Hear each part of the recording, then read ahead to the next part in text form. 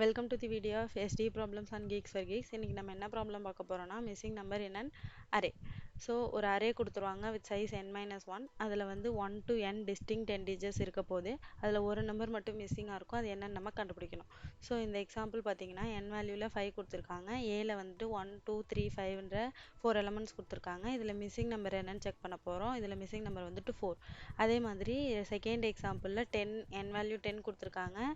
Array of integers கொடுத்துருக்காங்க. இதில் missing value 9. இதை எப்படி நம்ம சால்வ் பண்ண போகிறோம்னா sum of natural numbers use பண்ணி சால்வ் பண்ண போகிறோம். ஃபஸ்ட்டு என்ன பண்ணுறோம், சம் ஆஃப் நேச்சுரல் நம்பர்ஸ் நம்ம கால்குலேட் பண்ணுறோம். n வேல்யூஸ் வரைக்கும் அரேல இருக்கலாம்னு சொல்கிறாங்க. ஸோ அப்போ n வேல்யூஸுக்கு நேச்சுரல் நம்பர்ஸ் சம் கால்குலேட் பண்ணி அரே வேல்யூவையும் அரே ஆஃப் இன்டிஜர் சம் பண்ணி நம்ம அதுலேருந்து மைனஸ் பண்ணோம்னா மிஸ்ஸிங் எலமெண்ட் கிடைக்கிறோம்.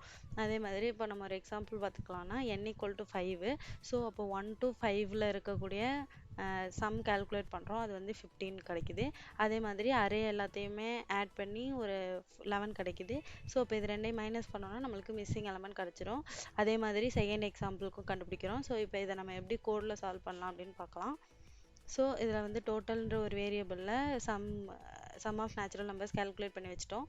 அதே மாதிரி சம்முன்ற ஒரு வேரியபிளில் அரேவோட சம் கால்குலேட் பண்ணுறோம். பண்ணிவிட்டு டோட்டல் மைனஸ் சம் ரிட்டர்ன் பண்ணும்போது நம்மளுக்கு மிஸ்ஸிங் எலமெண்ட் கிடச்சிரும். Thank you so much.